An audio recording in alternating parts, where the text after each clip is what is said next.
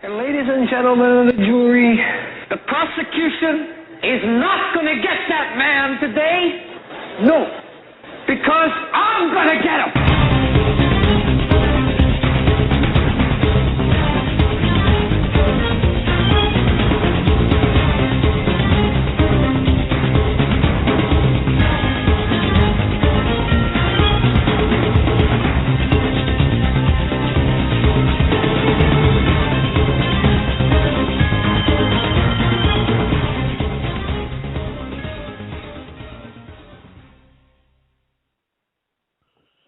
This is the Hagmann and Hagmann Report for today. It's Friday, April 26, 2013.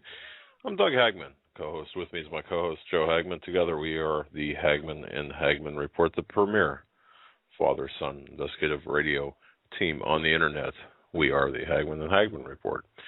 Folks, you're listening to the only show where the news is presented to you in 3D. We look beyond the headlines and beyond the bylines and bring you the news which is behind the news. For those new to the broadcast, and we want to welcome new listeners in Salem, Oregon, and also Falls River, I believe it's Minnesota. And for those folks in Raleigh, Durham, North Carolina, we want to say hello to you as well. We broadcast live each and every weeknight from 8 to 11 p.m. Eastern Time. You can find us at our home base. Our home base on the Internet is HomelandSecurityUS.com. That's HomelandSecurityUS.com. And also, our columns are featured at CanadaFreePress.com. We're simulcast by the Christians United Broadcasting Network. You can tune there to the Hagmann and HagmannReport.com. You have to spell that entire word out. It's the Hagmann and HagmannReport.com. I want to thank each and every one of you for joining us. Thank you very much for your belief, your trust, and your patience with us. But as we walk through this minefield of current events together, we are, in fact, seems like we're looking at new headlines every day, new things every day that take us really in different directions, and directions that are just so incredibly interesting. Joe, welcome tonight. Yeah, it's a free-for-all Friday, by the way. Yeah, glad to be here. And just a reminder, Troy is taking a break at his wife's birthday. Christians United Broadcasting Network was down yesterday, and today they are playing reruns of our old shows, so you can't go there and listen today. Yeah. Not that I'm aware of. Ordinarily, you can find us there. And if anyone deserves some time off, boy, he does. We've got a lot of news to bring you tonight. I'm going to turn it over to Joe for some of the news headlines that we're going to be talking about tonight in depth.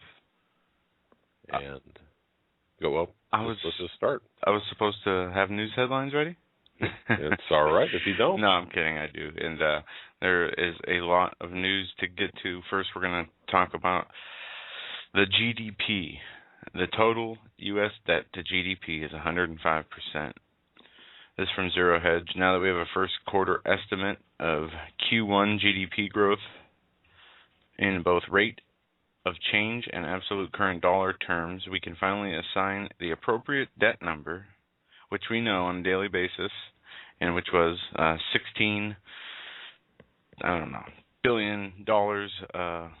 Anyway, the end result, now that the quarter's over, they compiled the data. The GDP to U.S. debt was 104.8%. Up from 103% in December of 2012. This will continue to grow, and it's an unsustainable trajectory. This from Zero Hedge. And I just wanted to say that first to lay the foundation for the show, because we are going to be covering a lot of different things, but this is a marker we need to pay attention to. Once it reaches 100%, that means they can take all the earnings from every American citizen in the country, and they still couldn't cover what they are spending. But what did you say? You said something, gross domestic product reached what? I have the figure, but it reached 108% of, or 104? 4.8%. Of, up from 103% from December of 2012. Okay. Well, for the people that really don't, like I'm not an economist out there. So I just want to say the gross domestic product is the market value of all final goods and services produced within the country at any given period of time. So I mean, everything that we produce, that's what GDP is. Yep. So if you're sitting at the supper table with your uncle that knows everything, and he says, "Well, what's your GDP?" Or people are asking about that.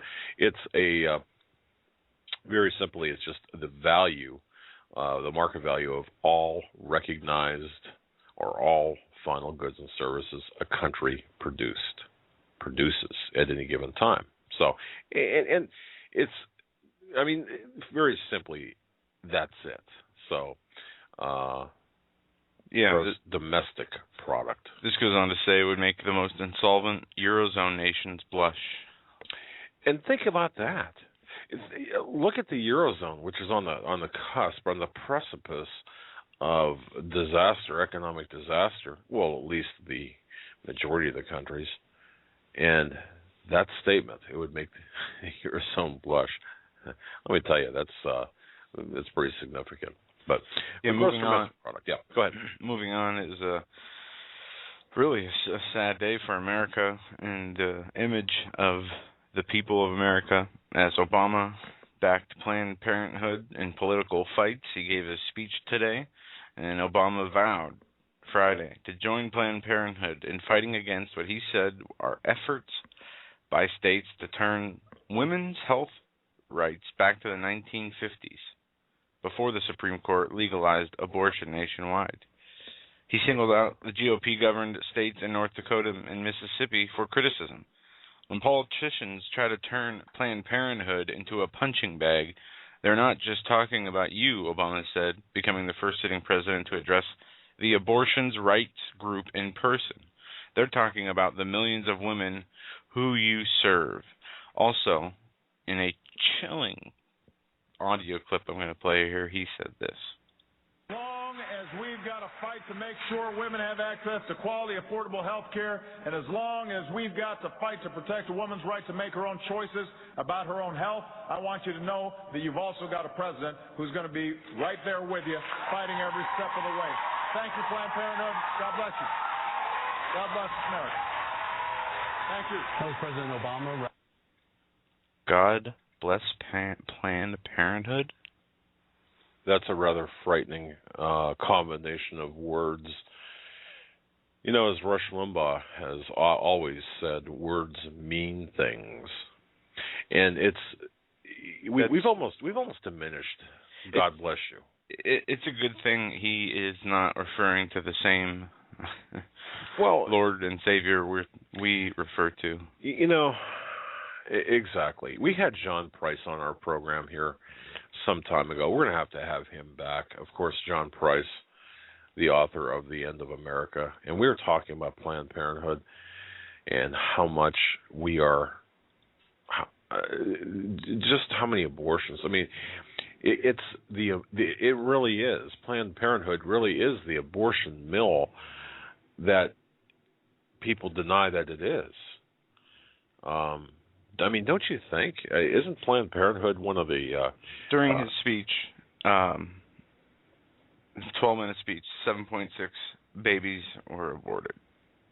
Or that is the rate of the abortion for every 12 minutes. So this was an article. This article is on Drudge. It says 12-minute speech, enough time for 7.6 abortions. And President Barack Obama praised Planned Parenthood Federation for Americans saving lives and helping women, families. In a 12-minute, 3-second speech on Friday, which was enough time for 7.6 abortions to take place at Planned Parenthood clinics based upon abortion data in their latest annual report. Well, exactly. Planned Parenthood did come out with an annual report. I believe it was in January of this year. The abortion giant boasted that its affiliates around the nation performed some 333,964 abortions between 2010 and 2011 during that 1 year, and that was up from 332,278 in 2009, the previous year of record. They're boasting. It's incredible. It really is. Well, it's sad, and what's incredible to me is the fact that he is saying this is a women's civil rights issue. Right. Saying we're going to protect the rights. We're going to protect the rights of women. We're going to protect the rights of this and that. At the same time, the rights of your individual freedoms are taken away. This obviously is not a right. This is a sacrifice, and we don't have to get into the details, but this is a sacrifice to their God that they serve. It's allowing this to God, happen, right? And carrying it out. This abortion should have never been legal. Whoever thought, even created the idea, must have been the most sick individual. But I wonder if that idea didn't come from an more evil source. You have to really think about what Joe just said, because I really think, and you wonder,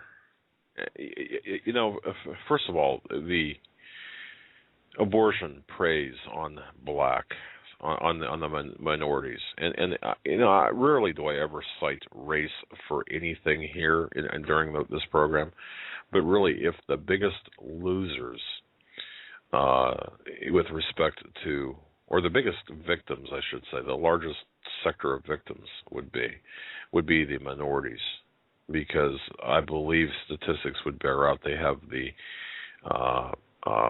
the most abortions. And Operation Save America, I don't know, I happened to see some information about this. They take up the cause of pre-born children in the name of Jesus, and they employ only biblical principles. I don't know if you've ever heard of Operation Save America before, but at any rate, it's an interesting organization insofar as it really provides a lot of data about abortion and white versus black. It goes into the history of slavery. It goes into a lot of interesting background, and I say that only because it adds depth perception to the battle. That in order for us to fight the immorality and the lack of spirituality of abortion, of really infanticide or murder, we have to have facts, and we have to know how to fight it. And they have a lot of interesting statistics. They have a lot of interesting information from an educational, economical, political point of view, and certainly a biblical point of view. But but who's most responsible? Who's most responsible for the killing of our unborn children? Who will give an account for the shedding of innocent blood in our nation? Maybe it could be us. We let it happen. Well, it's it's not Planned Parenthood. It's not the National Organization of Women or the National Abortion Rights Action League. It's not the National Abortion Federation. These are all groups, by the way, and I did not know that there are so many groups. It's not our legislators or our presidents, or it's not the Supreme Court, or even the abortion industry itself. No, the one most responsible for the abortion holocaust that's savaging our land is the one that is sure that she is doing everything she can to stop the slaughter, right? The Church of Jesus Christ. In other words, we have to blame ourselves. I think the judgment begins in the house of God. But I guess it just shows that the decline. We can talk about the political decline. We can talk about the monetary decline, but look at the spiritual decline in this country. And Joe, that's a great. And for Obama, for that clip, that's a great find in that clip, and it's scary. It's actually tearful at times. So, I mean, tearful to think about this. Yeah, another civil right movement, Eric Holder, said this today. Creating a pathway to earned citizenship for the 11 million unauthorized immigrants in this country is absolutely essential.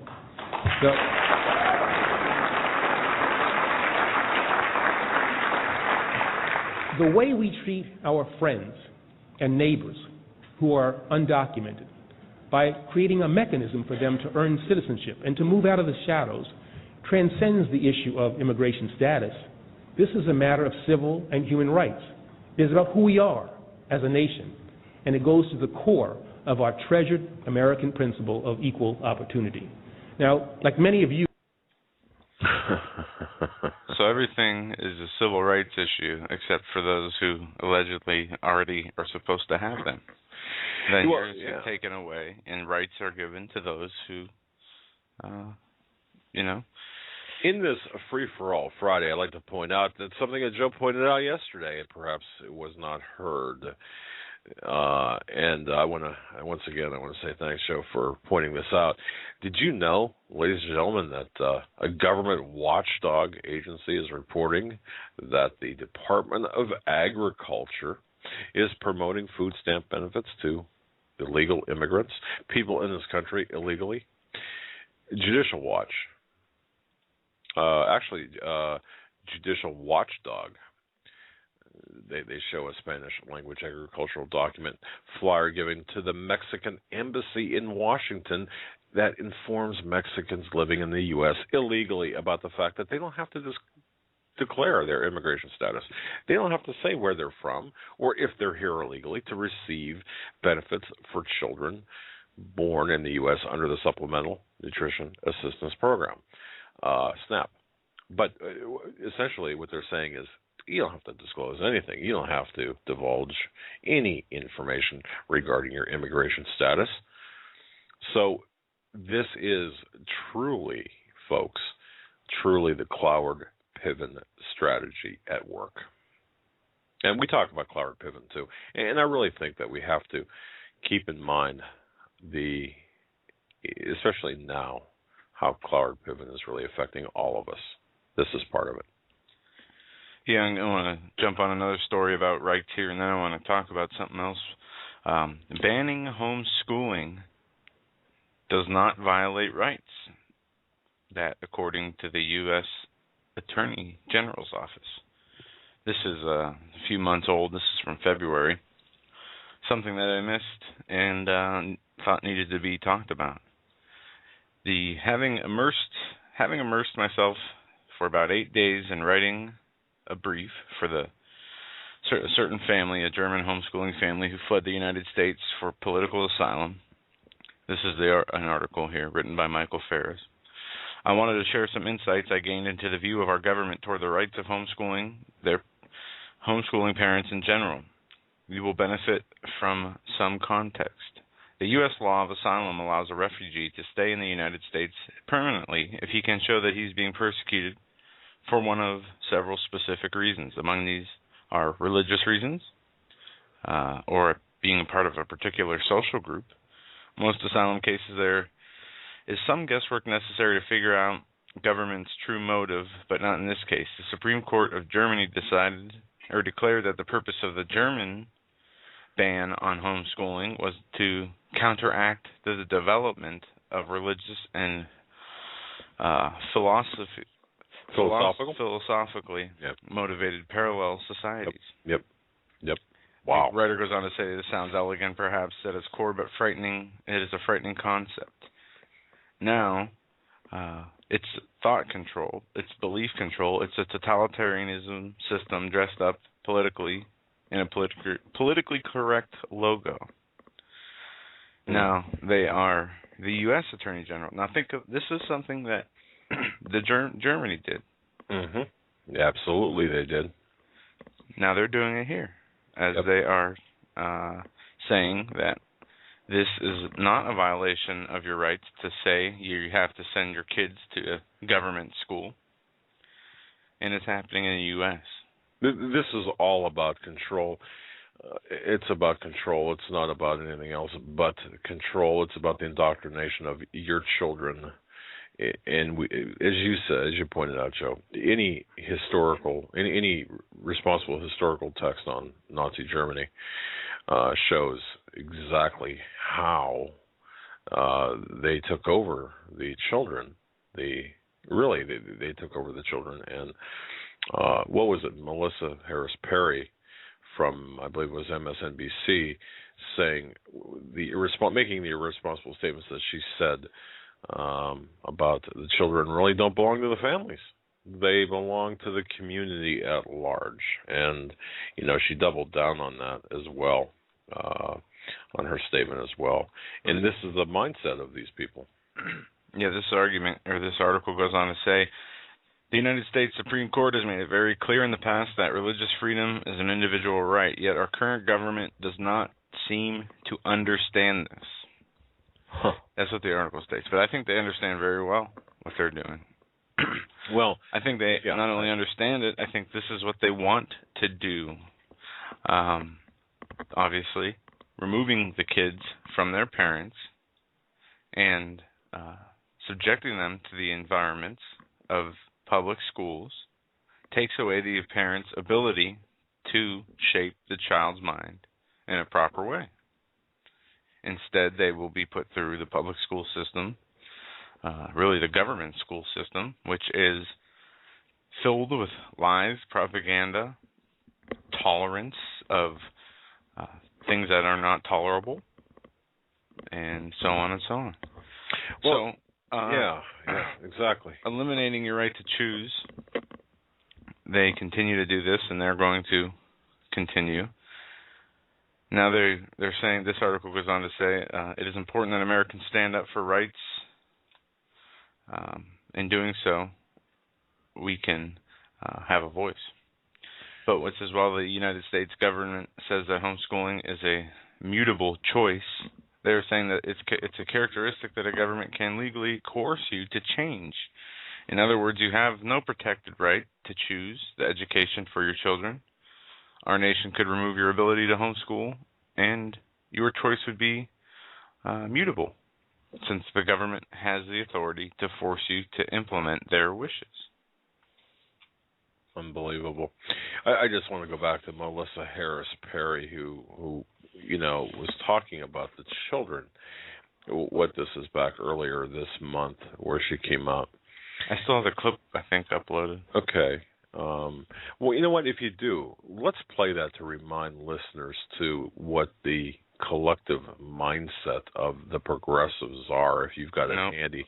No, you don't? I took it down probably today when I was cleaning it out. Oh, that's all right. But it was a 30-second promo, folks, where Melissa Harris Perry basically said that society needed to think in a collective manner about its children. Parents need to stop thinking of children as their own. Yeah, and you're paraphrasing, of course, but no, I think those were her exact words. Parents need to stop thinking of children as their own and start thinking of them as more of the collective. Oh, okay, all right. You know what? You might be right. I don't have the exact text here. I believe children are not our private property. That I can tell you is a definite statement from her. They are not just an extension of ourselves. And then she also said, and once again, the reason we're saying this is because this is part of what the progressive mindset is and the goals of the New World Order. She says that this is not about me wanting to take your kids. Well, obviously not. But she said this is about whether we as a society, expressing our collective will. Did you notice those words, collective will? Through our public institutions, including our government, have a right to impinge on individual freedoms in order to advance a common good. And that is exactly the fight that we have been having for a couple hundred years. Bottom line, she wants to impose her will, the will of the collective, over the parents. Now, this from a woman who attended 6 different colleges before she received a degree in journalism. She was pregnant out of wedlock, and of course, suspicions She couldn't quite figure out who the father might have been. She used the Canadian healthcare system for doctors and medication. And I can go on and on and on, but I got to tell you, it's just amazing who we listen to as a nation anymore. That's right, and I just want to inform everybody that Troy from Christians United Broadcasting Network and Christians United Broadcasting Network on Justin TV will be up and running, as he's just joined us late. So if you guys want to listen over there, we have no video today, but you can listen over there. And we wish him and his wife, I believe it was, a very happy birthday. Yes, and apparently she's not feeling too well today, so keep her in your prayers. This interesting piece of news for tomorrow, we were talking about drills. We were talking about the search for drills in your area to see if there's anything weird going on. Well, I came across this yesterday. Zombie UFO crash disaster full-scale event from a FEMA website. This drill will be held tomorrow, 9 a.m. to 5 p.m. in Moscow, Idaho. Moscow, Idaho. Never heard of that place. Wait a minute. A zombie drill? Zombie UFO crash disaster full-scale exercise, it's called. Wow. Now think about that, folks. Okay. When I worked in the, as a first responder, once again, long before they were called first responders, I mean, really? A zombie UFO disaster? I didn't make that up. I mean, are you serious? That is absolutely incredible. Yeah, and they're asking people are asking what's going on. Even who is this guy? This Nevada governor or incumbent or here. David Leroy Van Dierbeck, candidate for governor of Nevada 2014, says this is absolutely real and not a joke. And it says, should you take this seriously? Yes. FEMA is planning a drill in Moscow, Idaho for UFO crash zombies. What is our government doing drills for zombies and UFO disasters? Wow.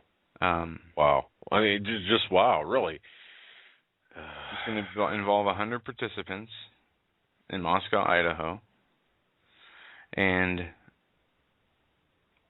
a drill going on that day, FEMA announcing it and taking it off their website.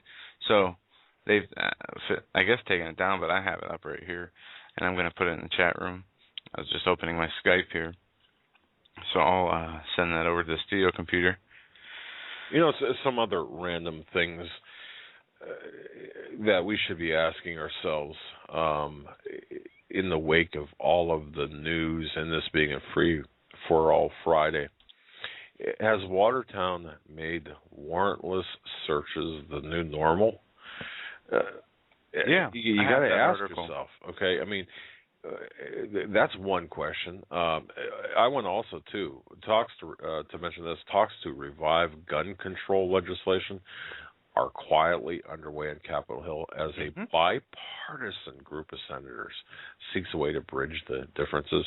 Is this the special group? Yes. The super group, super Congress, or is this the special gang of 8, or is this the Council of Senators, or I mean, it's ridiculous how they have this power vacuum that they have removed the United States House of Representatives and the Senate as a whole to make decisions that are legally only theirs to make. Right. And given it to the president. And then people are quiet about it. They're not speaking out. You don't even hear the representatives saying, hey, where's my voice in what you're doing? Because I am an equal partner to you. Equal. Actually, the body of the House is equal to the president. Yes. You're correct.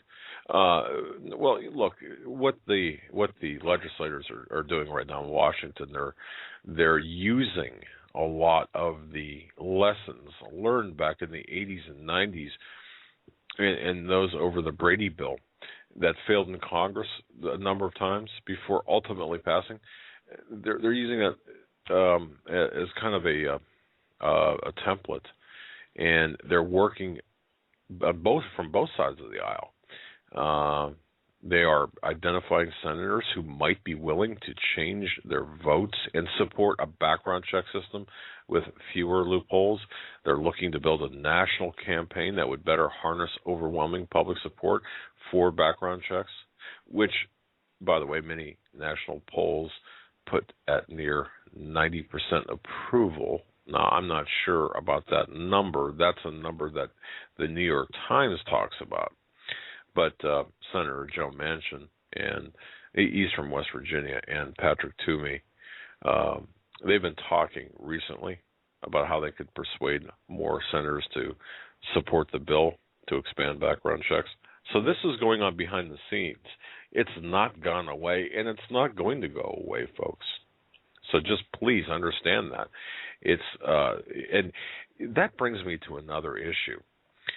I've been getting a lot of emails, and I do believe Alex Jones has talked about this, and this was even addressed in a meeting with Napolitano. Did we not hear that the ammunition purchases were part and parcel to, or a form of gun control, if you will? Did we not hear that this week? Well, what you heard is gun shops rationing ammo. Police departments are scrambling to get ammo, and they have the representatives have asked Napolitano, challenging her, saying the agency is using 1,000 rounds more per person than the Army. Right. But see, why is that, though? See, Joe, when we were talking, why? But we were talking earlier in preparation of the show. You had Lou Dobbs come out and question this and saying, well, my goodness, the orders for the ammunition, you could have a 20-year war, 20-year Iraq war. But it's okay. The DHS is also denying that the ammo purchases were aimed at civilians. Oh, of course not. So don't worry. It's not like she's ever lied. Speaking of that Saudi Arabian suspect in the Boston Marathon bombings, she came right out and said he wasn't on any watch list. Boy, I'll tell you something. The Saudi Arabian suspect. Wait, it turns out he was on 2 watch lists. Oh my goodness. We'll be getting into that some here in the second hour of the show. No, officials at the Department of Homeland Security denied Thursday its large-scale ammunition purchases were an effort to keep bullets out of the hands of private citizens. At a hearing on Capitol Hill, a top DHS training officer, Humberto Medina, said he could say categorically that this was not a factor at all in the purchases. He also noted that the ammunition DHS purchased would also be used both for operations and training purchases. Purposes. No, it says purchases. It says purchases. I see it. We're the editors, by the way, in these articles from the usnews.com. Oh my goodness. The Associated Press reported February that the DHS is planning to buy more than 1.6 billion rounds over the next 5 years. That number sparked fears of government stockpiling, which DHS has previously denied. Obviously, it doesn't matter what they say, because it's always a lie when they open their mouths anyway. Goes on to say the ideas of to have excess rounds year after year flies in the face of common sense. Daryl Issa said. He said that it looks like the government is unnecessarily assessing the ammo. In the year 2012, DHS purchased more than 103 million rounds of ammunition to be used by about 70,000 officers. So 103 million rounds to be used by 70,000 officers who are currently authorized to use weapons. That means an average of 1,300 to 1,600 rounds per DHS officer. Wow. Okay. And some 1,000 rounds more than the average for an officer in the Army. DHS agents and officers need extensive training because they are exposed to a variety of situations and only have that weapon to protect their lives. Medina goes on to say. They can't contact air support like Army. They have to be proficient at a very high level. End of quote. Now, what do they need any type of capabilities such as air support for? Why would you even use that This is from the DHS. This is the DHS guy saying this. Right, and as I listen to this, I'm thinking, wow. I mean, my it feels like my brain is about ready to explode. Hearing this, I just okay. Yeah. So when the DHS comes to your house to take you out of your house, to take you to the FEMA camp where you can either take their chip or be beheaded, they don't have the ability to call in air support. So. I'm sorry for laughing. I just thought that was rather humorous. It reminds me of that very distasteful video that you showed me earlier today. Yesterday. Lawrence O'Donnell?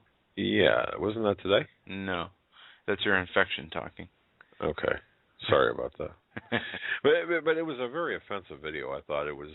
You did a mock shooting video. Yeah. With a guy using a musket, showing the damage that could be undone if we just all carried around muskets. Yeah, and it was offensive. It was just a poor representation of the entire what the argument is. Yeah, because see, he talked about the founding fathers. They didn't have automatic weapons. But let me tell you something. They weren't just living in the period of the Revolutionary War. Thomas Jefferson was around a long time, right? 1820s, when they started to have the six-shooters and pretty much some type of semi-automatic weapons. Citizens owned cannons, which were the big weapons of the other armies at the time. Can we get one of those? A cannon? Are we allowed to own cannons? When we were in Valley Forge, I tried to sneak one in the back of the van, but didn't fit. So no, we still don't have one. Well, yeah, we'll have to see if we can procure a cannon, from like the Civil War. Perhaps that might cause a stir. And for the federal authorities listening to this in Washington, in the suburbs, we're just joking around about that. Continuing here with the DHS ammo purchases, there's another article for Fox News talking about this, and another representative challenging the Department of Homeland Security, Jason Chavez, said Thursday that the department is using roughly 1,000 rounds more per person than the U.S. Army. And the other lawmakers sharply questioned DHS officials on their massive bullet buys. It is entirely inexplicable why the Department of Homeland Security needs so much ammunition, Chavez said at a hearing. The hearing itself was unusual, as questions about the department's ammunition purchase until recently had babbled largely under the radar on blogs and in the occasional news articles, but DHS found itself publicly defending the purchases. Lawmakers gradually showed more interest on the issue. Democratic Representative John Tierney, a Democrat out of Massachusetts, at the opening of the hearing, ridiculed the concerns as conspiracy theories. He said, conspiracy theories have no place in the committee room. This is for serious questions about waste and accountability. Well, I just want to remind everyone that you ordinary civilians, you guys don't need any guns. The police have you covered. Remember, a police state is a safe state. Chief Procurement Officer for the Department of Homeland Security, Nick Nyack, did not challenge Chavez's numbers that he gave, noting the 1,000 rounds per person and the $1.6 billion overall 5-year purchase. Don't we remember Janet Napolitano coming on saying, that's posted on Drudge and Forbes, and Drudge isn't really credible. That stuff's not true. And I mean, people have to get these articles out. Get this. There's going to be. I couldn't find anything, but Napolitano has lied over and over again. We should be able to put together a clip saying, we didn't buy any bullets yes, we bought bullets, but it's for training. There was, the Saudi wasn't on a watch list. He was on a bunch of watch lists. We even put him on a watch list. It's just ridiculous. They think people forget. It's reported to them, they forget about it, and when something changes in the official story narrative, whether it be the Boston bombings to the DHS ammo purchases, the Fast and Furious, to the Osama bin Laden killing. People don't remember what comes after the initial reporting, or don't care, because the news doesn't cover it.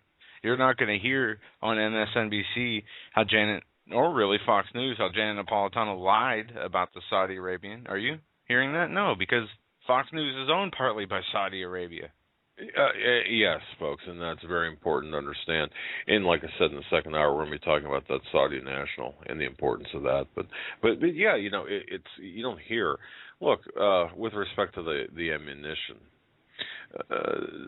Jason Chavez said, as you pointed out, that DHS is using roughly 1,000 rounds of ammunition more per person than the United States Army. Folks, just think about that number. 1,000 rounds of ammunition more per person than the U.S. Army. And it's, as you said, it's inexplicable why DHS needs so much ammunition, at least to him. The hearing was described as unusual, as questions about DHS purchases. It just was a very surreal testimony, hearing, whatever you want to call it. It was revealed, and I'm not sure exactly, to reiterate things, it was revealed that DHS currently has more than 260 million rounds in stock. Now, as you pointed out, the department bought more than 100 million rounds in 2012, 103 million rounds to be precise, and used 116 million that same year among roughly 70,000 agents. So stockpiling, yes.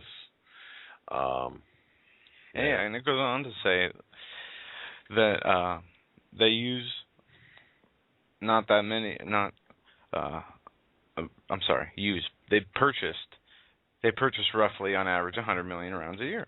Right. And he said that the 1.6 billion over 5 years wasn't exactly true. He said the number was closer to 750 million.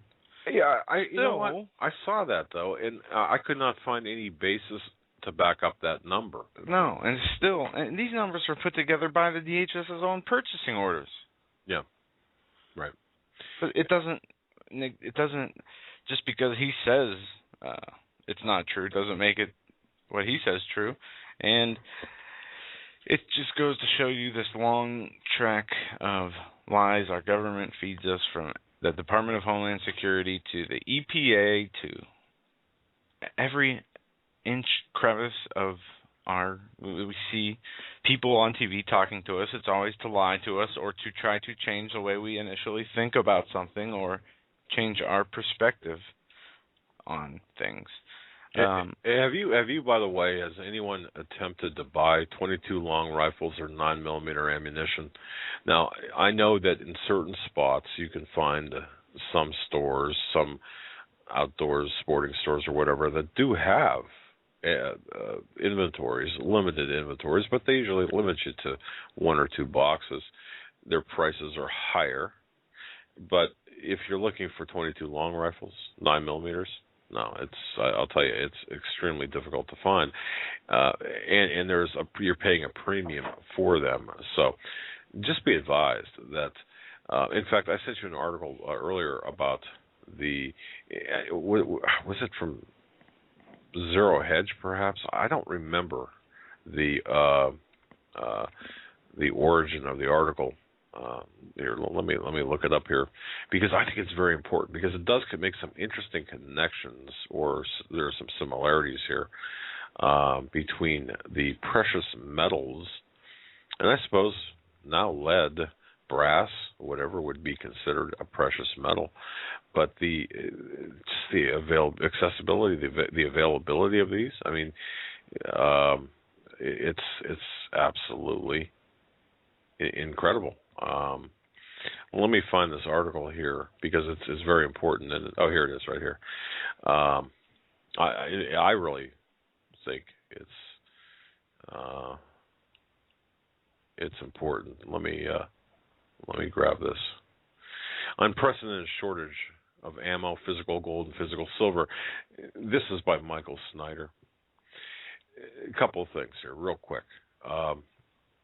In the United States, some dealers, we're talking about physical gold and physical silver now. In the United States, some dealers are charging premiums of more than 25% over spot price for gold and silver, and they're getting it. People are paying these prices even though they're being told that delivery will not happen for a month or two in many cases.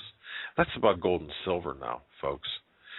So not only are we talking about ammo shortages, but we're also seeing the shortages extend to other precious metals, again, gold and silver. Now, the same article, and this is by Michael Snyder, Economic Collapse. I don't have the link to it. I just have the text, so I can't provide that to anyone. But once again, 9mm handgun ammunition, .22 long rifle.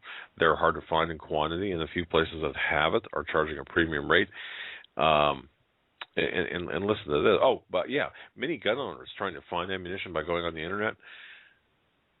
Things have gotten so bad that as soon as the ammunition becomes available online, it is often gone within seconds. There are websites where people across the country post links to where ammunition is available, and it sells out within seconds. Not minutes, not hours, but seconds. And 6 months ago, standard .22 ammunition was a common type. It was one of the most common types of bullets ever produced. It could be had in bulk for about 5 cents a piece, 5 cents a bullet, if you will, cartridge. It's now going for 50 cents or more on some websites, and people are paying it. So think about that. And one of the most frightening sentences in this article I saw, and this is about now precious metals again. Did you see what Jim Sinclair told King World News recently? Jim Sinclair, of course, is very well known in the economic industry. Apparently, he has a friend. He went to get his gold out of a Swiss bank the other day. They refused to give it to him. No, I didn't hear this. Oh, yeah. In fact, he writes this very briefly. A person that I know with significant deposits in one of the primary Swiss banks in allocated gold. In other words, this is his gold being held at a bank. He wanted to take out his gold and was just refused on the basis of directives from the central bank. Well, I'll tell you, I would not have left that bank until I had that gold in my hand. Well, you know what? They told him that the amount was in excess of 200,000 Swiss francs, and the central bank had instructed them not to do it because it has to do with anti-terrorism and anti-money laundering precautions. Okay? So this is his gold. They don't have it. They don't have it. You're right. It's not there. In fact, he writes, I wonder whether those are precautions or whether the gold simply isn't there. Well, here's an article from 1974, the Los Angeles Times. I gave that to you. Writer charges gold at Fort Knox is gone. This from 1974. And the Rockefellers are to blame. Washington. Some congressmen may go to Fort Knox soon to inspect the nation's gold because Dr. Peter Better says that it was secretly whisked away to the vaults of David Rockefeller. Better, an author, lecturer, and former staff attorney for the Export-Import Bank, says the Army trucks in the dead of the night carried the gold to a depot in the Midwest. From there it was flown first to Mexico and then to the Netherlands, then Switzerland. Better says the sources whom he will not identify have told him that the Rockefellers plan to sell the gold bars back to the U.S. Treasury when the price hits $2,000 an ounce. This was written in 1974. I saw that. I found that article. It was a link of a link of a link of a link of a link, and I thought, man, how prophetic is this? Yeah, and on the scene announcement by a congressman would put to rest the reports that the gold is missing. But an aide to the congressman said there were problems. How are we going to know it's really gold? He asked. And he said there is always a possibility that the Treasury Department tipped off in advance that the congressional party was coming, could just move the gold bars from one of the other 4 positions in the continental United States. But Better said there would be no much worry, and this printout has some. Oh, it's a kind bad. of light, Believe me, it's a bad printout. It's a reproduction of a newspaper from '74. So he goes on to say most of the gold from those repositories are gone, and it's all gone. He charged. Period. Part of it said, yeah. It's the Rockefeller family and Henry and Nancy Kissinger, with Henry and Nancy Kissinger on their payroll. This was at a time when they were working, when Kissinger was the head of the State Department, and they whisked it off apparently. Now, there's another article in here you gave me: $66 billion in gold missing from Fort Knox. Isn't that from, what year is that from? Is there a date like right on the top or on the side? 1981. 1981. Okay. Yeah. Thank you. It's like in micro print on that one. Yeah, almost 7,000 tons of bullion, enough to fill 300 trucks, has been allegedly taken from the vaults, says Edward Durrell, an industrialist in Berryville, Virginia, and Dr. Peter Better, a publisher of a respected financial newsletter. There is no doubt in my mind that the gold is gone, Better told the Globe. Between November 73 and April 74, millions of ounces of gold were drained out of Fort Knox by a handful of international speculators, including American bankers, with the blessing of the U.S. Treasury. Better believes that the gold was spirited away in the dead of the night, shipped to New York City, flown to Switzerland and the Netherlands. He claims it was illegally sold to European sources for the bargain price of $42 an ounce, 1/4 of the going rate at the time. But no. I just find it amazing that the last article stated once gold hit 2,000. Very prophetic, and if you don't think, ladies and gentlemen, that these, in fact, you know what we're going to do? We're going to take those 2 newspaper articles. I will scan them in, and I'll put them on our website. That's HomelandSecurityUS.com. HomelandSecurityUS.com. I'm going to scan them in and put them on our website because they may be difficult to read, but you've got to check them out. They're very prophetic. But the fact is, see, this has been going on for some time, and people need to wake up and understand that this has been an orchestrated collapse from day one. I mean, orchestrated theft from day one. It took a while to find those articles from the newspapers. One was that the New York Times, the one? It doesn't matter. L.A. Times. L.A. Times, okay. But if you look at the various nuggets of documentation out there, you'll see that that we have been set up for a long, long time. This just didn't happen overnight. And you're right when we were talking earlier. People have short memories. People don't, and people don't know history, and people don't pay attention. And sometimes it's not their fault. I mean, we're busy making a living, trying to put food on the table. Yeah, and this article goes on to talk about how finally, or a separate article, I'm sorry, it goes on to talk about how the Treasury Department did let some representatives or congressmen into Fort Knox, but out of the 13 vaults, only 2 were opened. Nobody was allowed to touch the gold. You were only allowed to look through tiny peepholes. So that was the audit. See, we have had, as insurance claims investigators by profession or investigators by profession, if we had to do an inventory or an audit of something, you can darn well bet it would not be through a peephole and not allowed to touch it. Come on. Are you serious? This is how we are going to conduct an audit. They're in collusion. The auditors are in collusion with those being audited. Just understand that. If you're a senator or a congressman, a lawmaker in this country, who benefits? Well, they all do. This is a shell game, and we are the little peanut, apparently. Actually, we're the sucker that gets it suckered into the shell game. Yeah, and we got a few minutes before the break, but yesterday we talked about a situation in Syria involving chemical weapons. The White House today said that more evidence is necessary to confirm the government used chemical weapons against its people, but if that proves to be true, it would be a game changer. Obama addressed the issue in the Oval Office. In the Oval Office? Are you sure that's is that a misprint? Where he was meeting with Jordan's King Abdullah II. Interestingly enough. Well, that is interesting. He says, I've been very clear publicly, but also privately, that for the Syrian government to utilize chemical weapons on its people crosses a line that will change my calculus on how the United States approaches these issues. What happens when you're the one who gives them the chemical weapons? And what happens when it's not the government, but the rebels who were the ones found to use the weapons? This is reminiscent of the weapons of mass destruction claims. Well, from Bush.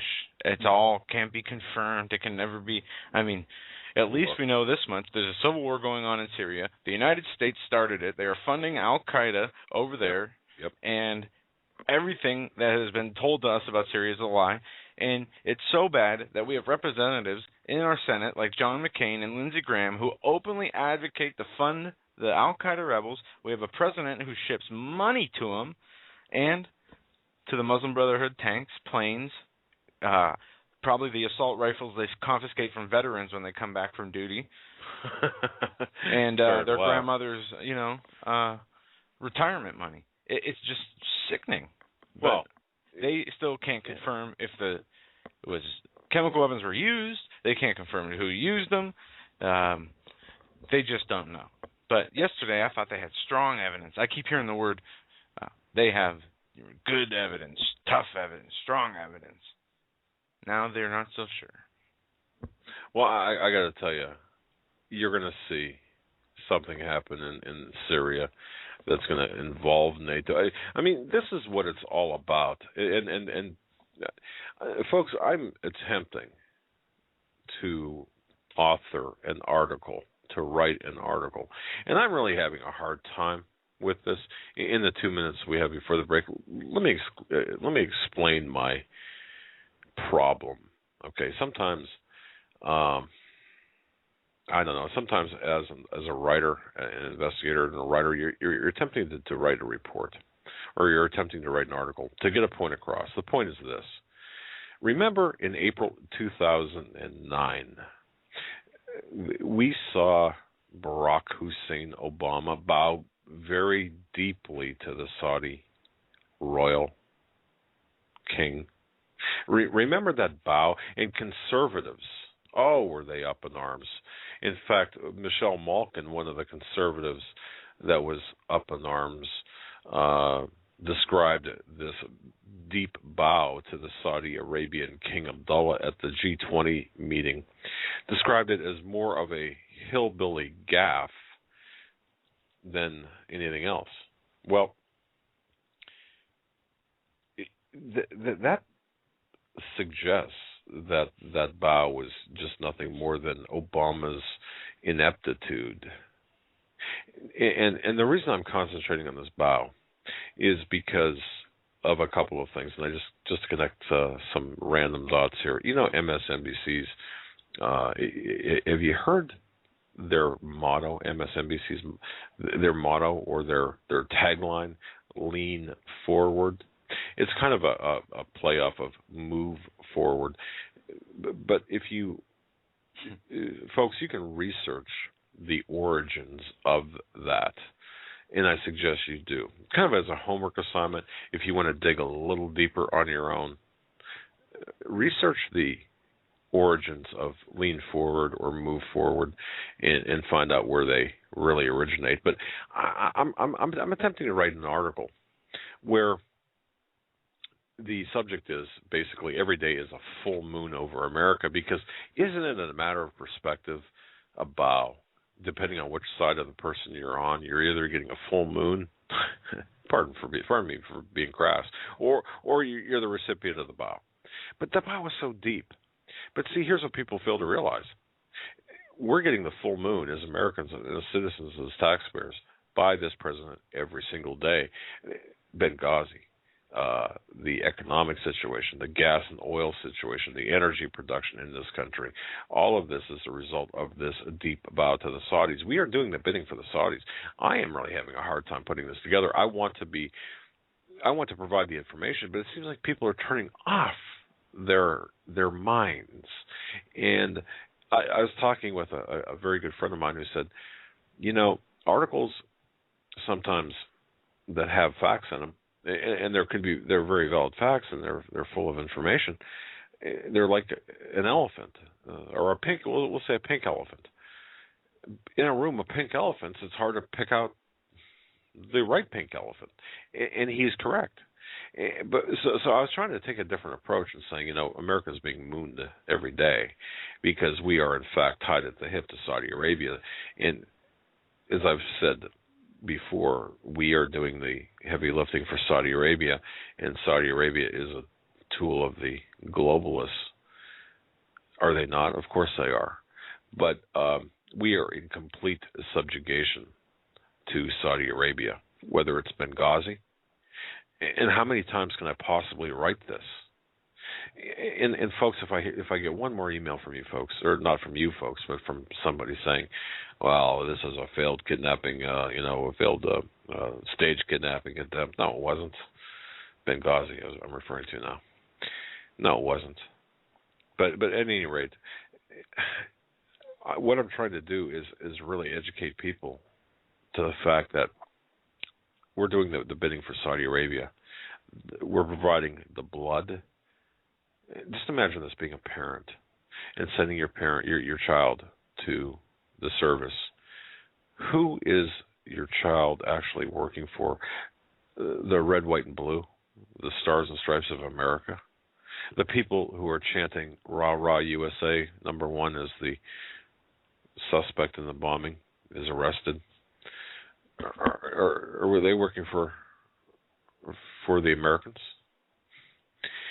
I'm just having trouble with this article. I just thought ideas, send them in along with your $20 bill to. No, I'm just kidding. No, folks, we were up against the break. We're going to come back on the other side, and we're going to talk about, has Watertown made warrantless wiretaps or warrantless wire searches the new normal? That is very important. Also, immigration officials are holding 2 fellow students of Boston bombing suspect. Nice. Yeah. You don't hear much about this. 2 people. There's more. See, this bombing, this Boston bombing, there's a lot more to this. Detained on April 20th. We didn't hear about this. Why? 5 days later. But they're just students, and we're going to get into more of that on the other side. Right on. You're listening to the Hagmann and Hagmann Report. This Free for All Friday, April 26th. Thanks for joining us, brother. Take your calls about halfway through the show, 9:30, I'd say. All right.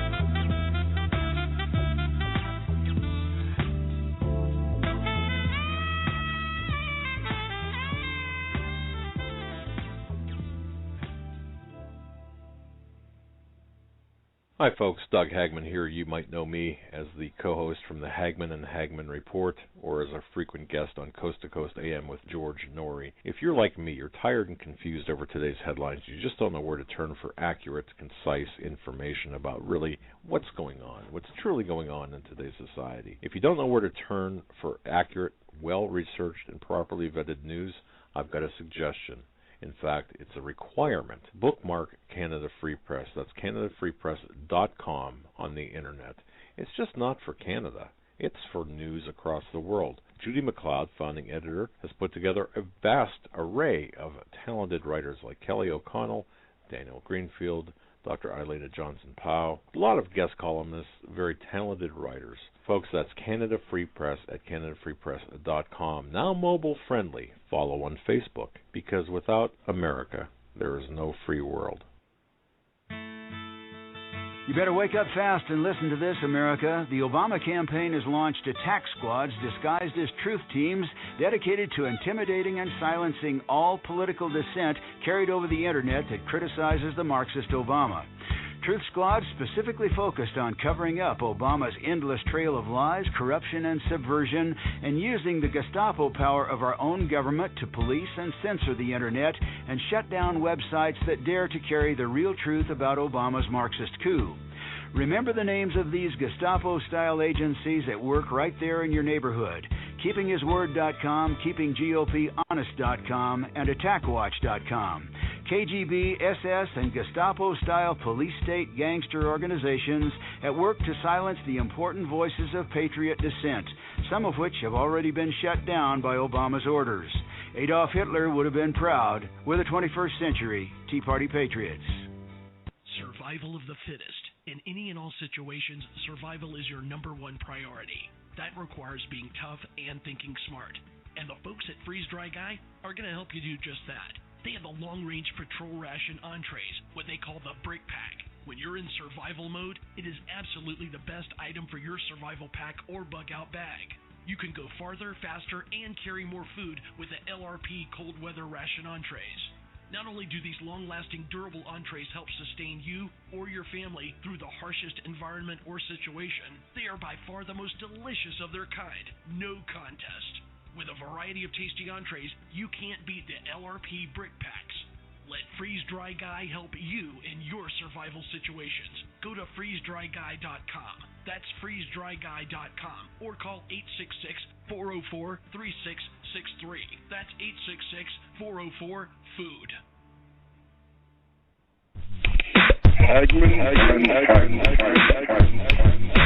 You want answers? I think I'm entitled. You want answers? I want the truth. You can't handle the truth.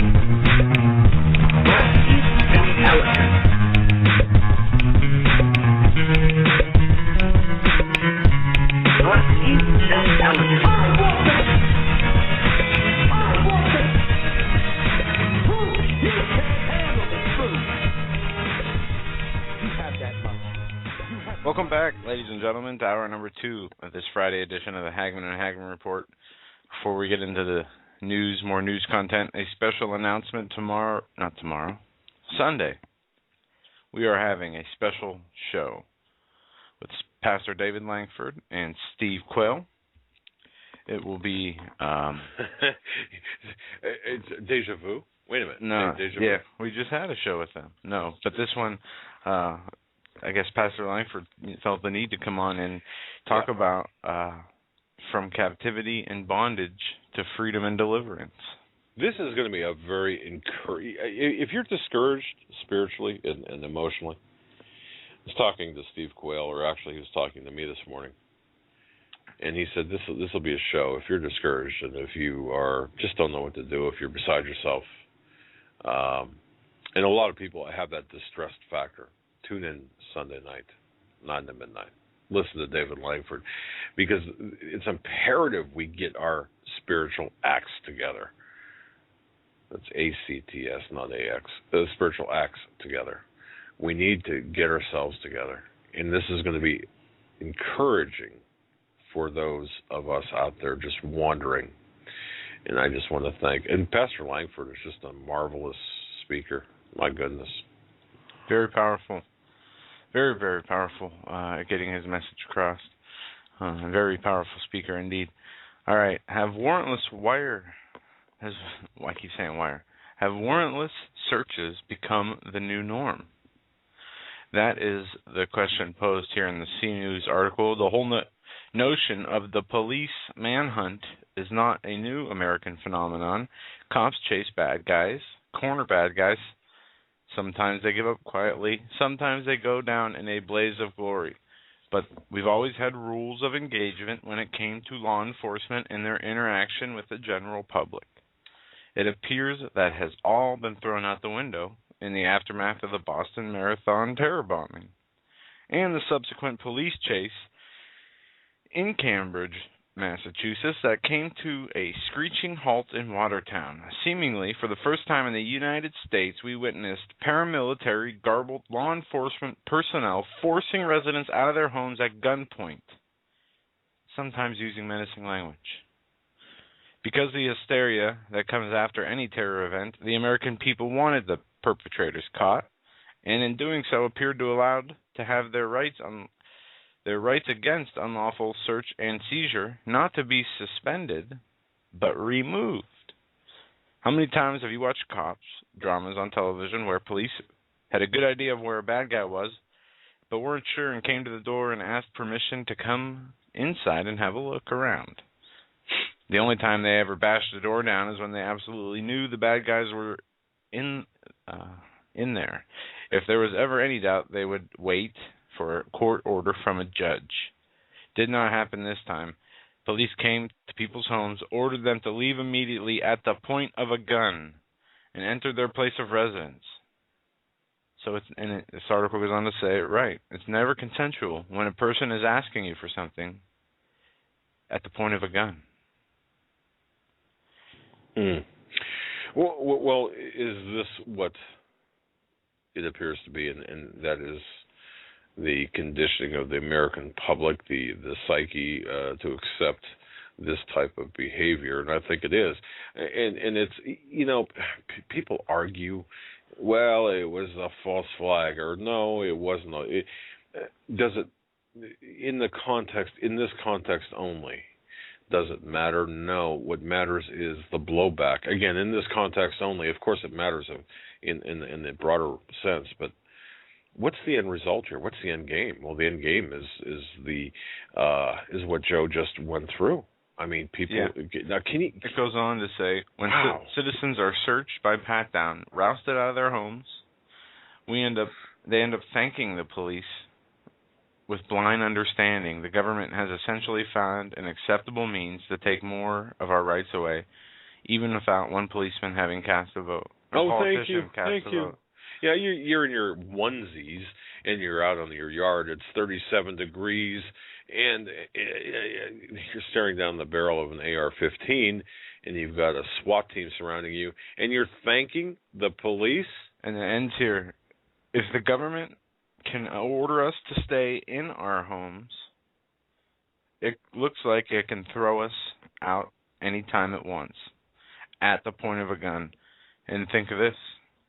All the TV clips we saw during the gun control debates. What do you need guns for? Some tyrannical government's going to come, turn on you? Look at Watertown, Massachusetts. That's why you need a Second Amendment.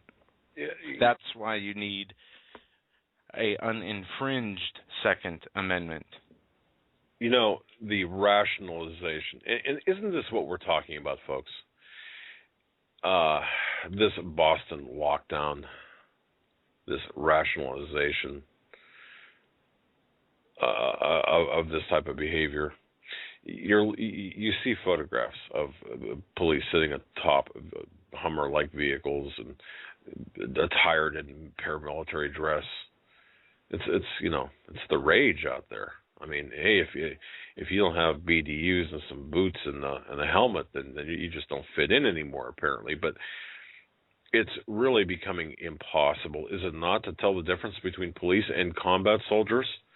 The heavily equipped men riding atop or riding in armored vehicles in the streets of Boston, the heavily armed men walking through the streets and peering into yards, the men who ignored the Bill of Rights in executing these warrantless searches of citizens' homes in the name of finding the Boston bombers.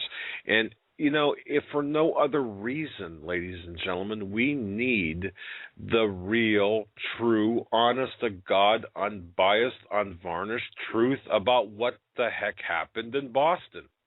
We need every bit of it. And is Alex Jones or anyone else wrong for or out of line for saying, give us the truth, tell us the truth? No. And I applaud Alex Jones.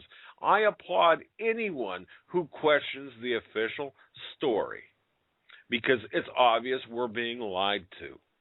It's obvious that we're being lied to, because Napolitano lied to us about this protected.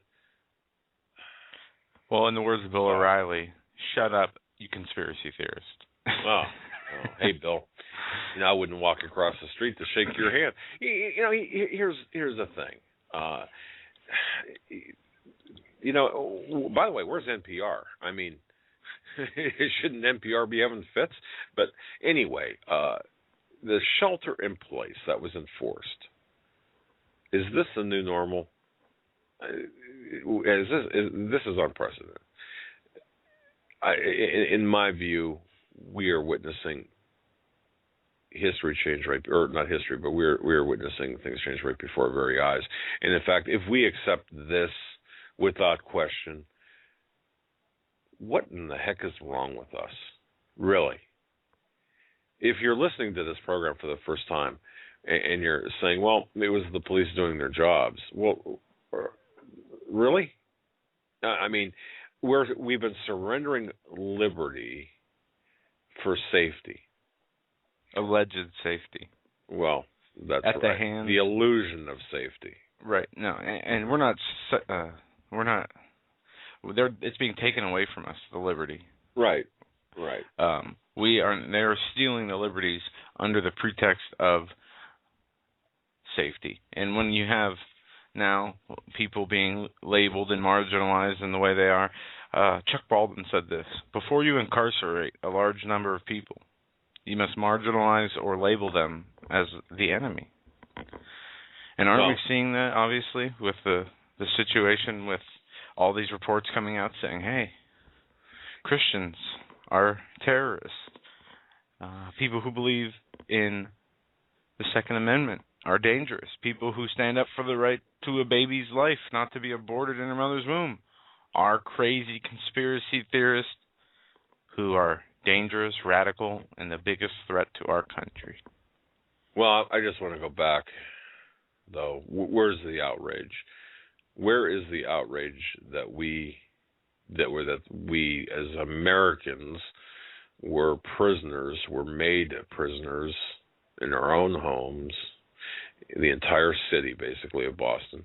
On what grounds and by what authority does any government agency presume to place every citizen of a major United States city on house arrest? Answer me that. This is just dead wrong, and we cannot accept this. There was a photograph being passed around. Joe, did you see this? I think WorldNet Daily might have had this photograph of a police officer delivering milk during this lockdown. Yeah, I did see that. And I didn't know what to think, because who in there, first of all, you got cops and tanks and apparent military personnel all over your streets ordering you in and out of your house at gunpoint. Right. This was a staged photo op, in my opinion. This was staged, the whole thing. They probably got the milk from the neighbor's house as they were out of the house, down the street in their tent being searched, and just took a picture of somebody carrying it back into the same house. See, look, I think you're right in the fact that this was a staged photo op, because it gives the idea that they're here to help. Right. Tyrannical police states don't bring groceries to their citizens. And a lockdown is a prison term, by the way. That's, of course, absent from the text and the analysis of the photo. Lockdown is a prison term, but it also applies to schools and other places when under threat they're locked into their building for their own safety. But in this case here, this is made to make it look so innocuous. And but to me, that this is an outrage, an absolute outrage that this happened. We are being made prisoners by our government. They had declared the citizens of Watertown and of Boston prisoners in their homes.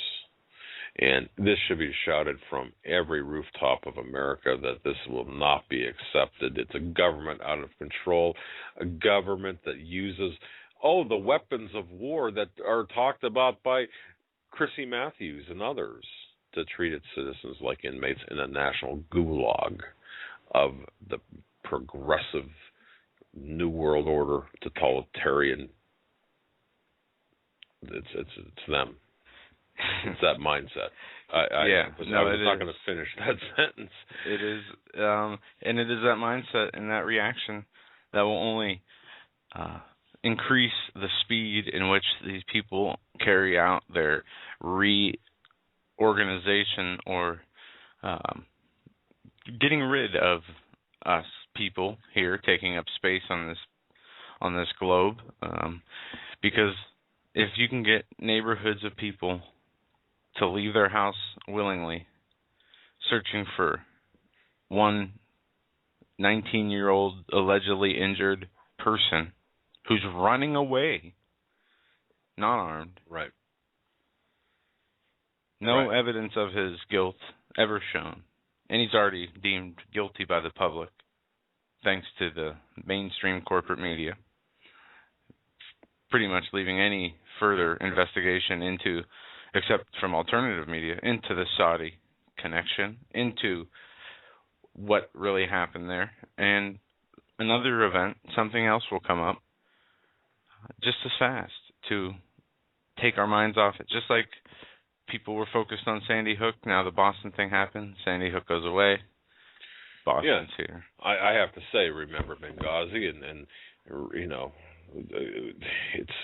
people forget. People have a tendency to just it goes right over their heads, and you know, once again, but one of the common fact, like before the break, I had mentioned about this article I'm working on, and the common factor here is Saudi Arabia, and of course they're the globalist handlers, the globalist internationalists. In my research for this, and I'm putting my heart and my soul and everything I've got into this, because I really want people to understand that what we're seeing right now is on a larger scale is nation building. And I want to say this right now. I want to give props to Alex+Jones. I mean, I want to give him a lot of credit. And I don't care, listeners, if you like him, if you don't like him, I don't really care. It's not about the man, it's about the message. I would say his team has done a tremendously great job into providing a lot of analysis of the facts, the timelines, the photographs, and I want to give the same type of acknowledgement to Glenn Beck, because he's done a lot of the research on this Saudi national, Al Harbi. Which, by the way, have you ever seen Al Harbi, someone who's on a particular, or has a particular designation, has an event file or a file opened for terrorist actions unrelated to Boston, being spotted in a crowd? And we supposedly have the best facial recognition software. Yeah, all I have to say, guys were working with the FBI in some capacity for 5 years, up to 5 years. 2 years, admittedly. FBI or some other multitude. Not the Saudi, but the two blamed. Well, and I would say FBI. I'd say CIA or other agencies as well. Right. Okay. But to come out and say, we don't know who these people are, help us identify them. Are you serious? To come out and say, go back at the articles and look, first suspect caught, second unknown suspect still on the loose, as giving the impression they didn't know who these people were they were looking for when they were working for them before the bombing ever took place. That's simple. I mean, it's just leave it at that, because what else can we say to prove to somebody, or let somebody give them the information to go look for themselves, that this whole thing stinks, and it continues standard operating procedure, their MO of faking terrorist attacks to take away the rights of the people in this nation. But this nation has no more rights. Well, we really don't, as we saw at Boston. We really, I don't want to say don't deserve them, but we have not done our duty as keeping our society tightened and keeping our society close to the Bible and the Word of the Lord. Because if you have a whole society reading the Bible, understanding it, and trying to follow those principles, our nation would never become this corrupt. Absolutely not. You've got we've lost our moral compass and the duty as men of our men are. And I'm talking to the men who are listening to this program. Are you the man of the house, or are you wearing a skirt? Are you wearing big boy pants? And that might sound harsh, but look, we've got a job to do. But I've got to tell you, everything about, or not everything, but many, many, many things about this Boston bombing stink. I'm sorry.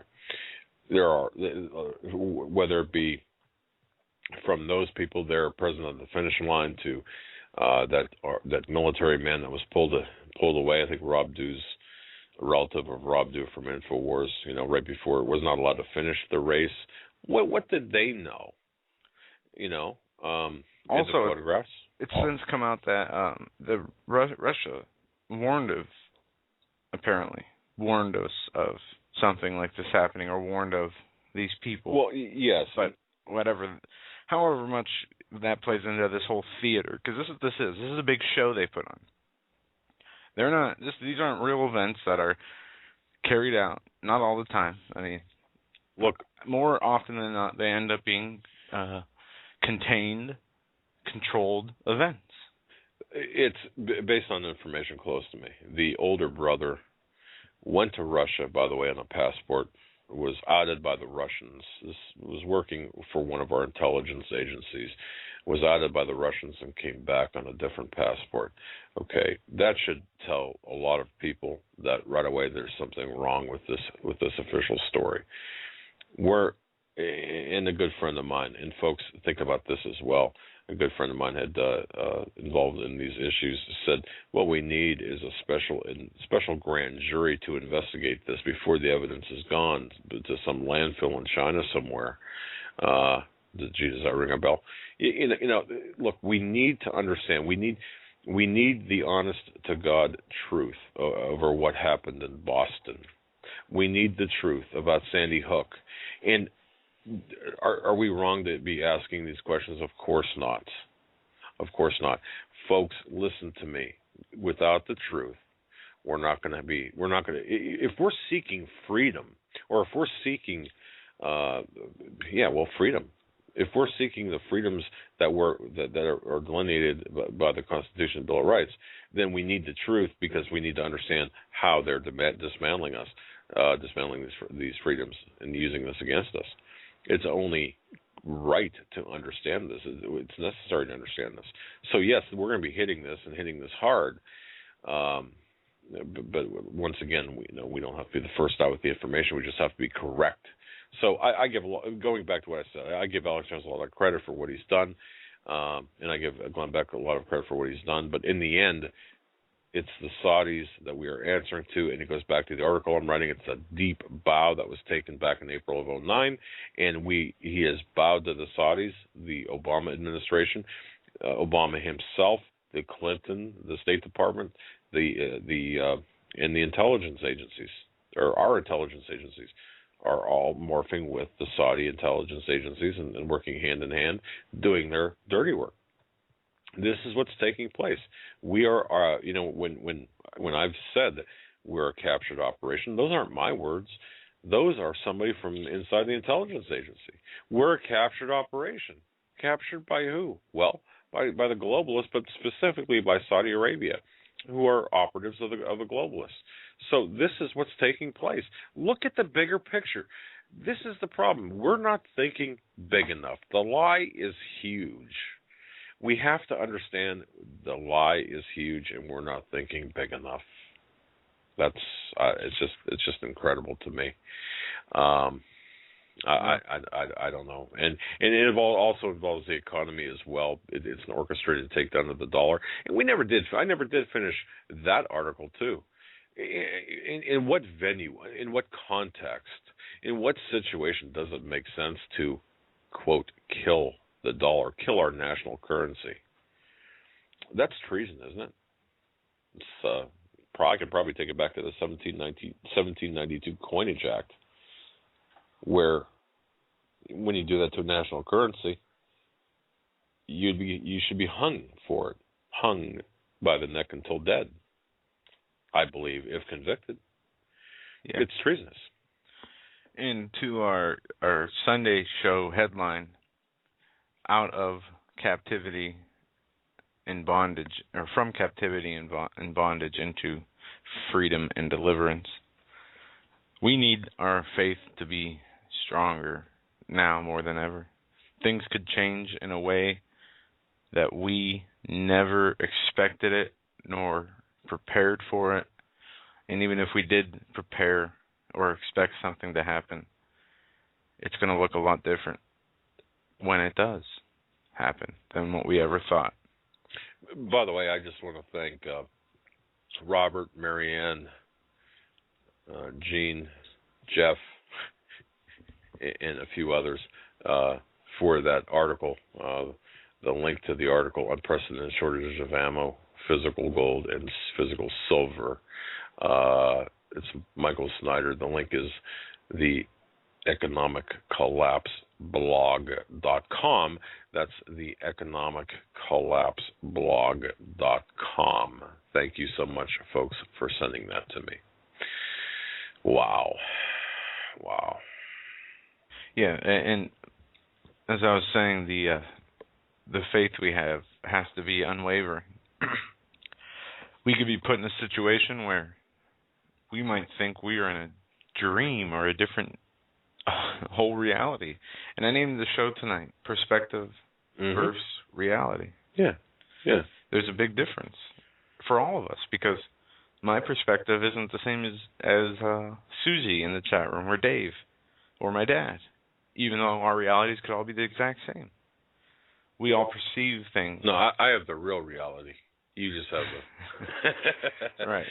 You know, you understand, and this is where I do.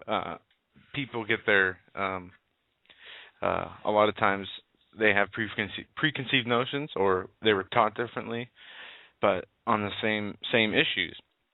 I just want to say this, folks, and to Joe. Joe, I just can't wait till you are the father of a teenager. Yeah, I hope that we have time for that.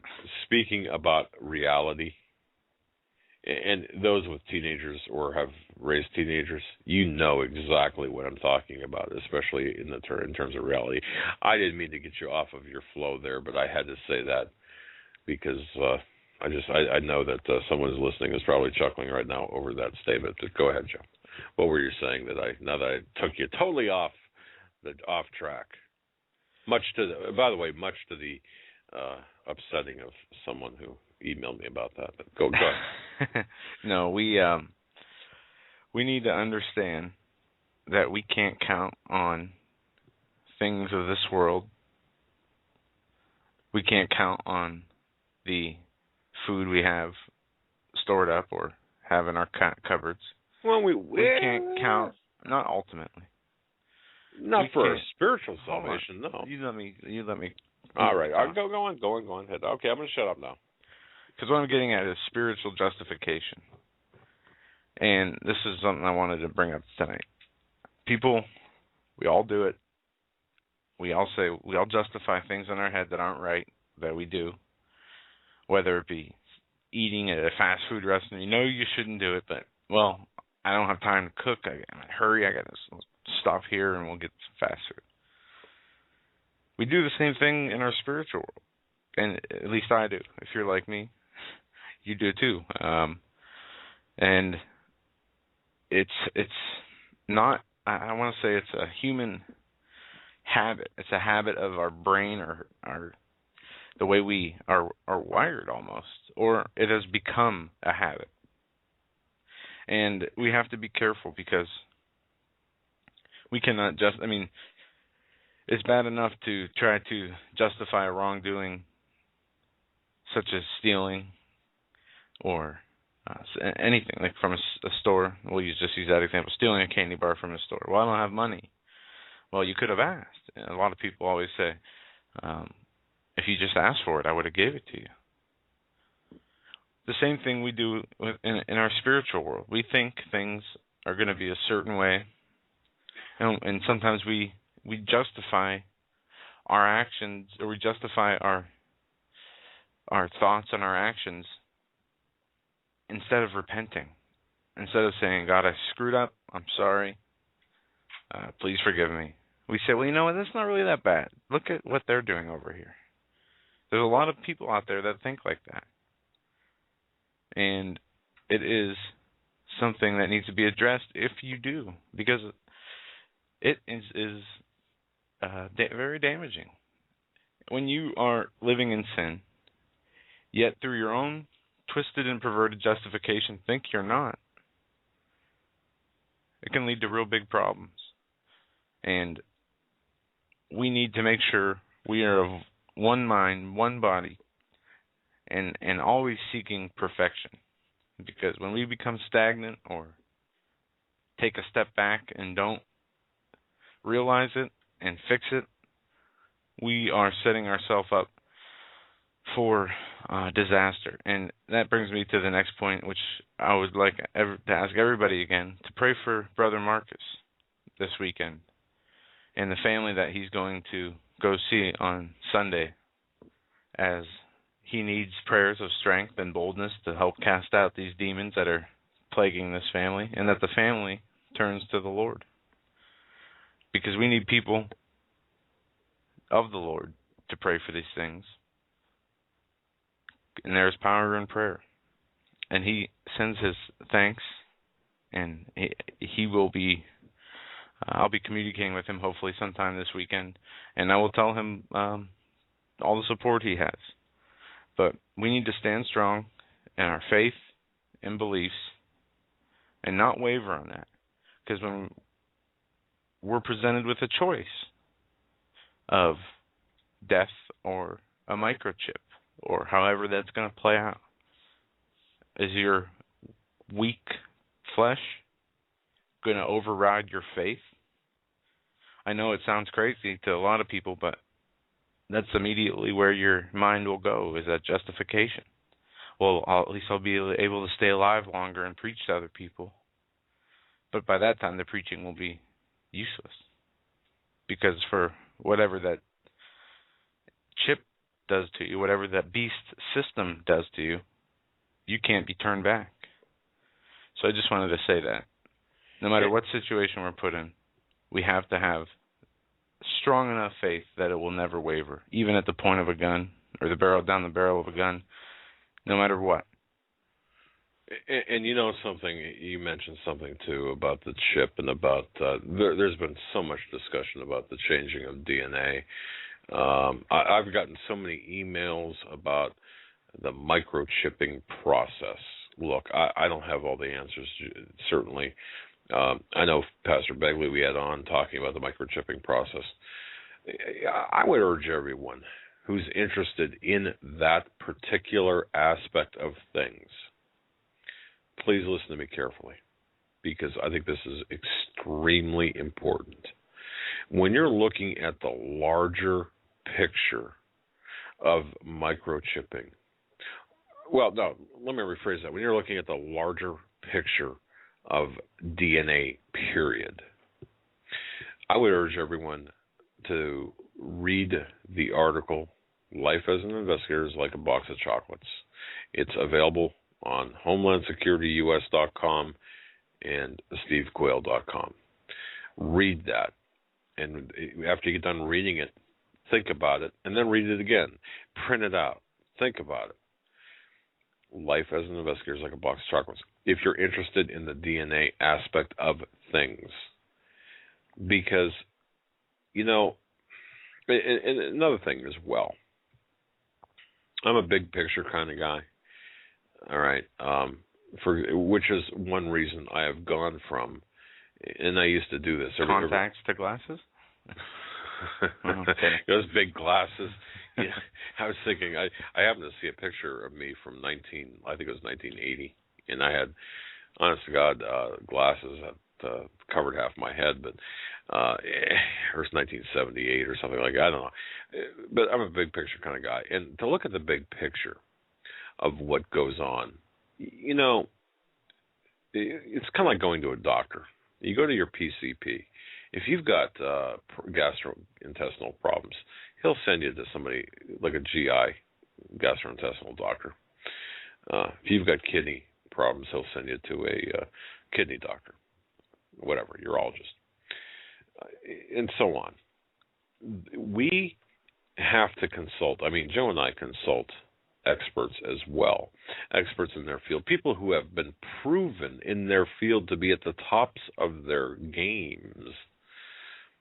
And I would also recommend this if you're interested in the bigger picture, for example, of the Illuminati, of the 13 families that run the world. If you're interested in that big picture, I'd recommend the radio program A View from Space every Saturday night from, well, it kind of differs now during hockey or during the sports seasons, whichever one it might be. I think it airs from 11 to 2:30. Check the times, but it's on 6:40 a.m. Toronto. 6:40 a.m. Toronto, A View from Space. The reason I say this is because we all have to continue our studies. And in that realm, A View from Space, the host there is an expert, very well read and extremely knowledgeable in that. If you're looking for the spiritual guides, Pastor David Langford, Steve Quayle, Rick Wiles, Nathan Leal. Nathan Leal even, yes. I'm not sure if we mentioned this, but Wednesday he will be joining us. Right. So, you know, and folks, we don't, Joe and I don't have even close to all the answers. And this is what kind of rips me apart inside, to see people that have the common trait of wanting to find the truth, of wanting to get to the truth, wanting to know what's going on in this world, in this country, tearing each other down and going after them. And it doesn't matter if you're first out with the information. If the information is correct, then it's going to be correct tomorrow. It's going to be correct a week from now, just as it would have been correct yesterday or an hour ago. We're all working toward the same goal, and that's truth. So we'd like to direct people to places where we know that they can find the truth. And you're right, Nathan Leal is going to be on with us on May 1st, on May Day. Now, I talked to him at midnight the other night. I got to tell you something. He was quite upset over you got to turn yourself on there. Nathan Leal was quite upset, was disturbed at what I guess I would describe them as visions. I don't know. That's the word I would use. I certainly wouldn't use prophecy. I would say visions, but I would say, based on today's headlines, the things that he has seen on the horizon, he shared with me, and as he shared them with me, he became increasingly more emotional, and saying, look, this is coming. I can feel it. I know this is coming. And he described to me, and I believe this might even be up on Steve Quayle's website, where a band of I'll use the word patriots had attacked government agents. This is his wording now. And he asked me, he says, by me articulating this, can I get in trouble for this? To think that way too, and ladies and gentlemen, think about this at a higher level, a little bit higher level in your mind. Think about this. By merely asking that question, can I get in trouble? By articulating this, by putting this down on my keyboard here and saying what I saw or what I feel is going to happen or could happen. Man, have we really? Do you understand the implications of this? Do you understand the fact that you'd have to ask that question? To me, that's incredible. But anyway, he's going to be on with us on the 1st. We also have additional guests that we're going to be lining up to some names that we have not had on before or in a long time. We're going to be having Sheriff Mack on here sometime. Joe, I didn't tell you about this, but we're working on getting him back on, and some others as well. Yeah.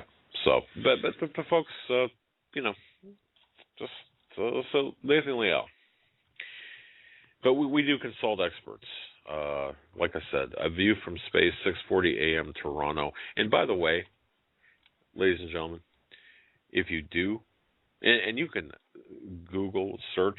I'm sorry. The Hagmann Report has officially banned the word Google as a verb. I'm gonna have a tough time with that one. All right. So it's a search. We don't Google anything. We search for something. Search out Gary Bell Archives or A View from Space Archives to get archive programs. I think you have to be a member of Windows Live or something. There's a special membership thing. But do me a favor. If you find that his broadcasts, and you find his archives and you listen to them, if you find that they work for you, and this goes for everybody, too, that we recommend, drop them an email. Tell them where you heard them from.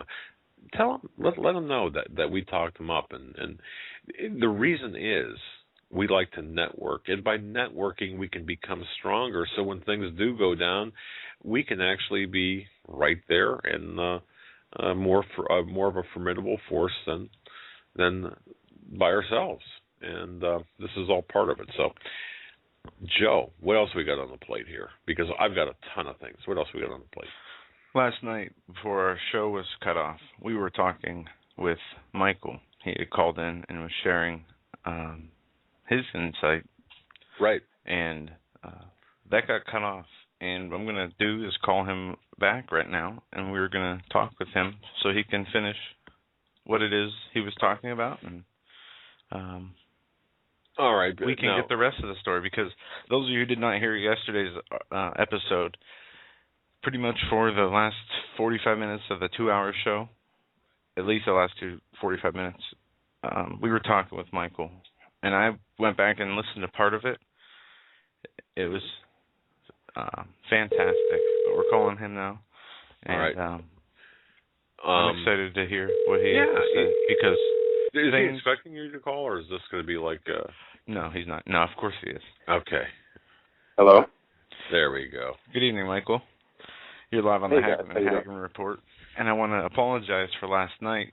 We kind of got cut off there rather fast and didn't have a chance to really explain what happened, but Blog Talk pretty much had a bug or an update they were fixing, and it cost us that last hour of our show.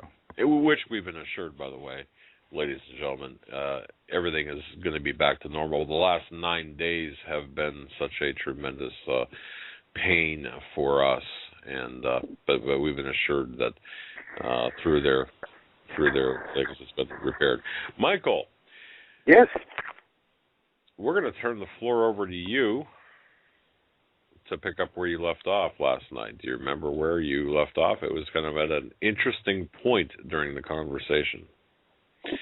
I think it was, Joe, do you remember I'd asked him what he saw coming? And just then, classical music began playing? Yeah, it did. Yeah, it did. And among tensions with everybody, that was bad timing, but maybe it wasn't meant to be last night. Anyway, last night, Doug, you asked, what should we be looking for? What should we be looking for?